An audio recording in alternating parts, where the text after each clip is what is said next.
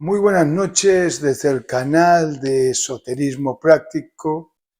Os saludamos a todos los que estáis en directo y a aquellos que veis la conferencia por diferido, por los mismos saludos, sea la hora que sea o el momento del día.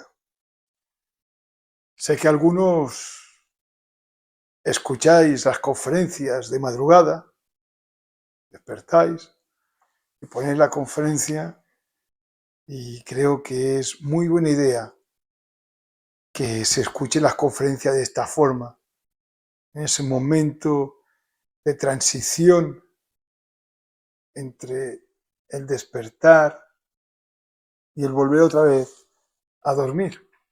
Entonces las conferencias muchas veces se transforman en imágenes, las imágenes se transforman en experiencias.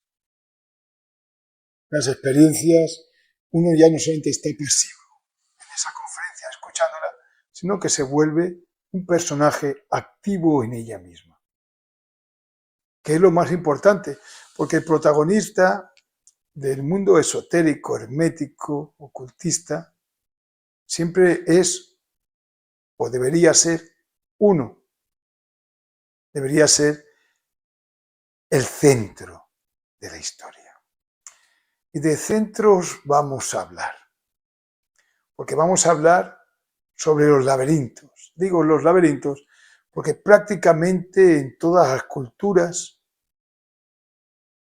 de todas las épocas, el mundo del laberinto ha existido.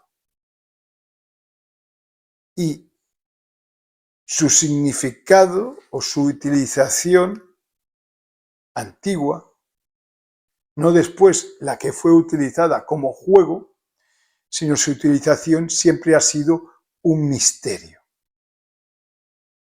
Lugares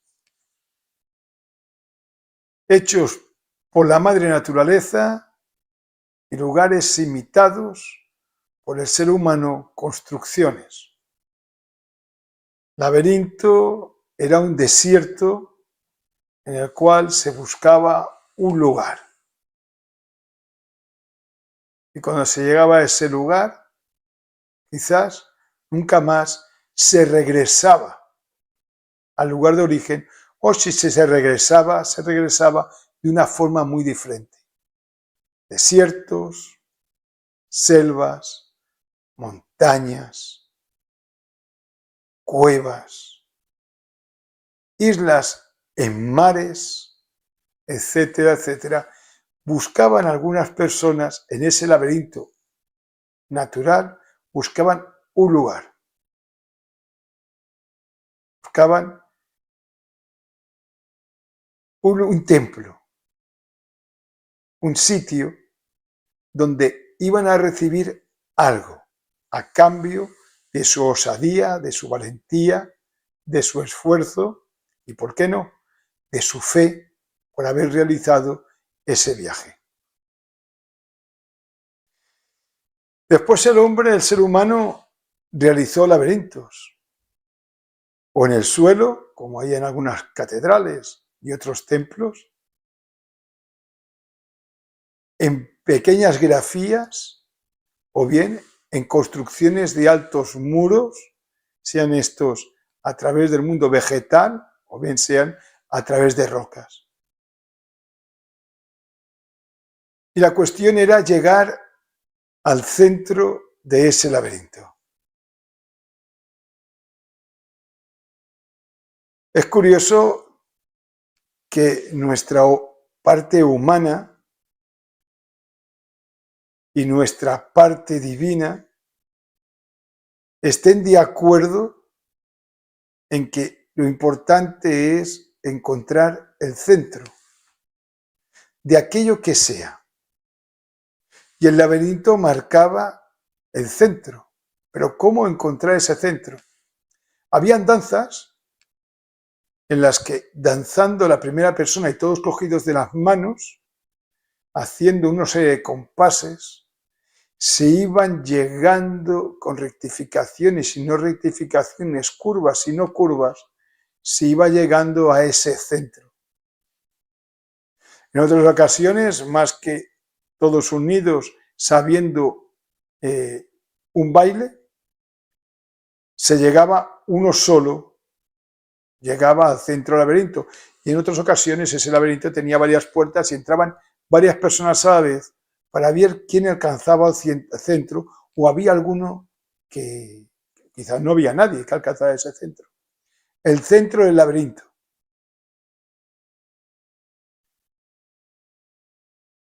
Lo importante es, en nuestro viaje espiritual, en nuestro viaje físico a través del laberinto, encontrar ese centro. Y puede parecer algo como muy espiritual, y lo es, encontrar el centro.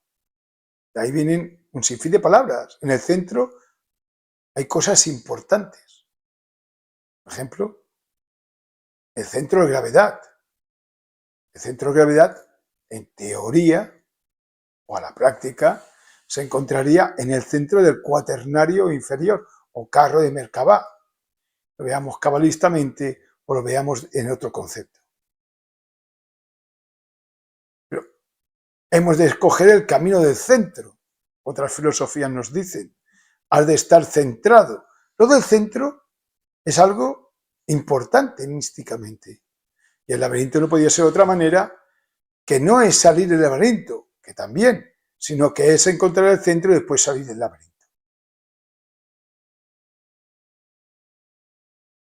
Y aunque parece, y lo es, algo místico, algo anímico, espiritual, algo bondadoso, algo necesario humanamente, también tenemos la otra contraparte del centro, el egocentrismo.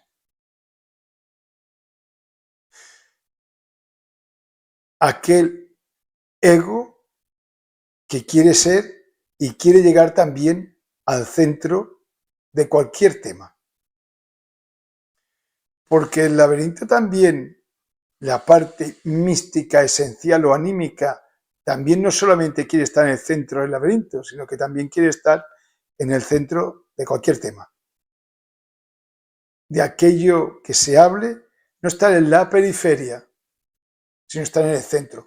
Como si la periferia fuera la parte externa o exotérica y el centro fuera la parte esotérica. Y mientras más al centro, más esotérico, más conocimiento existe.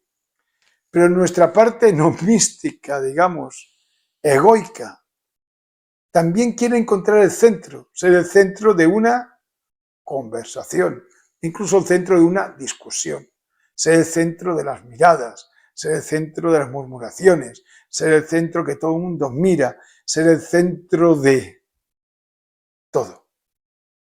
Así que encontramos que dentro de nuestra naturaleza también hay la parte egoica, que dentro de su laberinto también quiere ser el centro.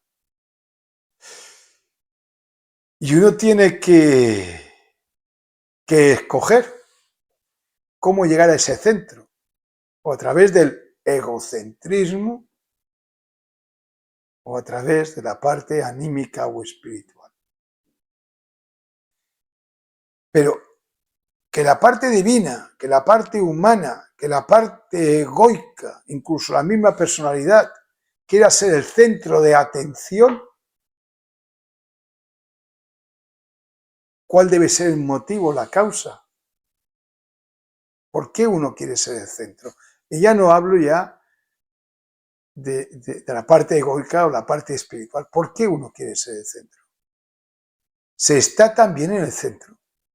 Si uno mira bien, a veces apartado del centro, se vive mejor. Y en el centro no se vive tan bien. Pero ¿por qué uno quiere ser el centro?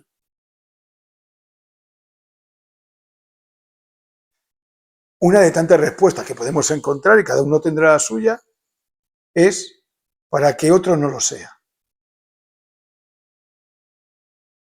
Si no hay nadie en el centro, pues a lo mejor uno no quiere ser el centro.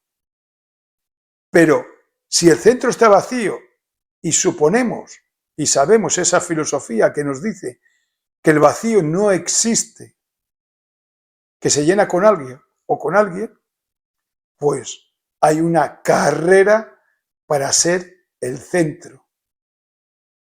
Y no solamente hay una carrera, quiero decir, egocéntricamente para ser ese centro, sino que espiritualmente, si hay un conocimiento y ese conocimiento lo recibirá el que esté en el centro, pues también hay una carrera espiritual. Así que el centro es algo importante para nosotros, humanamente, divinamente y egoicamente, y a través de nuestra personalidad también. Sí que hay otras partes también del espacio. Podríamos hablar de las esquinas, de los laterales, o de la circunferencia, si lo viéramos como una circunferencia y no como un cuadrado. Pero lo más importante es llegar a ese centro, ser el centro, el que más se queda en el centro. Y eso lo sabe el alma, la esencia, la personalidad y el ego. Y todos, de una forma u otra, de una forma más activa o más pasiva, buscamos ese centro. Claro, cuando uno descubre ese centro en su interior, quizás la carrera ya no se vuelve tan externa, sino que se vuelve interna. Pero para ello uno tiene que tener, para llegar a esta experiencia, uno tiene que tener años de autoconocimiento. Así que el laberinto nos dice muchísimas cosas. Podemos seguir hablando del laberinto y de interpretaciones y de simbologías, pero creo que con lo dicho es suficiente para hacer una reflexión. En la ciudad de Barcelona, donde habito, habrán varios laberintos, pero hay un laberinto que a mí me gusta mucho, que es el laberinto del Parque de Horta, el laberinto de Horta, que se dice comúnmente porque se encuentra dentro de un barrio que se denomina Horta y el laberinto del Parque de Horta. Un lugar de ocio, un lugar en el que se entra y no todo es laberinto, sino que la parte central del parque hay un laberinto y luego hay todo de paseos. Hecho desde una perspectiva, tanto la parte externa del laberinto como interna, porque todo el parque realmente es un laberinto, hecha desde una visión 100% ocultista, esotérica y hermética, realizada por personas que conocían este conocimiento en aquellos tiempos. No quiero hablar de su constructor, un gran arquitecto italiano, ni de los que depositaron dinero para hacer ese lugar, ni la comunidad que vivía o convivía o que entregaba conocimientos dentro de ese parque que en su tiempo fue privado y que después se abrió a la ciudad de Barcelona, para todos nosotros, que vuelvo a decir, es un lugar de ocio. Pero para el hermetista, el esoterista, el ocultista, acostumbrado a ver con otros ojos, podemos observar ese laberinto como un camino iniciático, que con los diferentes pasos y los diferentes lugares que vas atravesando, aparte de ser un lugar bello exteriormente, te va hablando de tu camino interior. Laberinto externo e interno, vuelvo a decir, todo el parque es un laberinto, con mucha simbología neoclásica y de otras culturas. Sería largo ir hablando y describiendo todas las figuras que encontramos. Por eso ya hace tiempo escribí un libro llamado El laberinto invisible, hablando del laberinto y hablando justamente de este parque, que se dediqué a mi muy buena amiga y compañera del camino, Juani, le decimos todo, Juan, y que nos trae grandes recuerdos. Pero en una siguiente conferencia, la parte de este libro que tiene que ver con el recorrido del laberinto será leída, que creo que es mucho mejor leída que narrada, vuelvo a decir, porque seguro que mi memoria me olvidaría de algunas estatuas o de algunos lugares que se ha de pasar. Así que os dejo como una primera parte, la parte de hoy, y mañana, no sé, que mañana será la siguiente conferencia que encontraréis en nuestro canal de Esoterismo Práctico, veremos la segunda parte. Pues muchas gracias, como siempre, por vuestra atención. Y nos encontramos mañana, que dice que el mañana y el después son las dos grandes enfermedades del alma, porque ni el mañana ni el después nunca llega, pero en este caso sí que espero que mañana se haga, se cumpla y que vosotros lo veáis en directo o bien en diferida. Muy buenas noches.